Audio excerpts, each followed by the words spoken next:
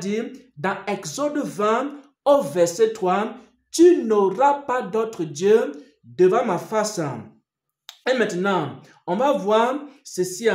Lorsque par exemple, un chrétien commence à appeler son pasteur du matin jusqu'au soir, lorsqu'il se réveille, peut-être à 4 heures du matin, il appelle son pasteur. Lorsque à 5 heures du matin, il appelle son pasteur. Pendant toute la journée, il appelle son pasteur pour causer avec son pasteur, pour parler avec son pasteur. Il n'a même pas 5 minutes pour parler avec Dieu. Ça veut dire quoi? Ça veut dire que son pasteur devient déjà une idole.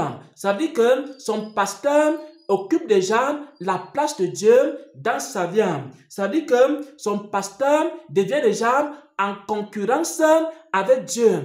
Il se lève le matin. La première personne qu'il appelle, c'est son pasteur. Et après avoir appelé son pasteur, il va faire encore 5 minutes. Il va appeler son pasteur. 10 minutes après, il appelle encore son pasteur. Toute la journée, jusqu'à ce qu'il s'endorme, il va appeler son pasteur. Il va causer avec son pasteur toute la journée. Ça, c'est une forme d'idolâtrie. Lorsque une personne commence à s'attacher à son pasteur plus qu'à Dieu. Lorsque une personne commence à ne même plus avoir le temps pour prier, à ne même plus demander des choses à Dieu. Tout ce dont il a besoin, il demande seulement à son pasteur. Ça, c'est l'idolâtrie.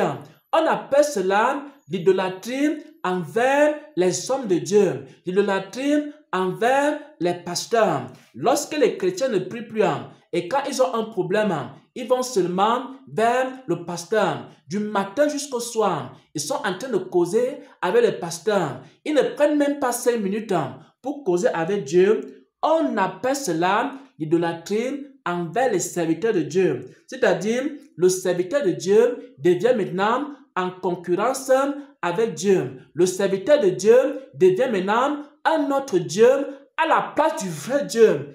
Il est écrit dans Exode 20 au verset 3, tu n'auras pas d'autre Dieu devant ma face.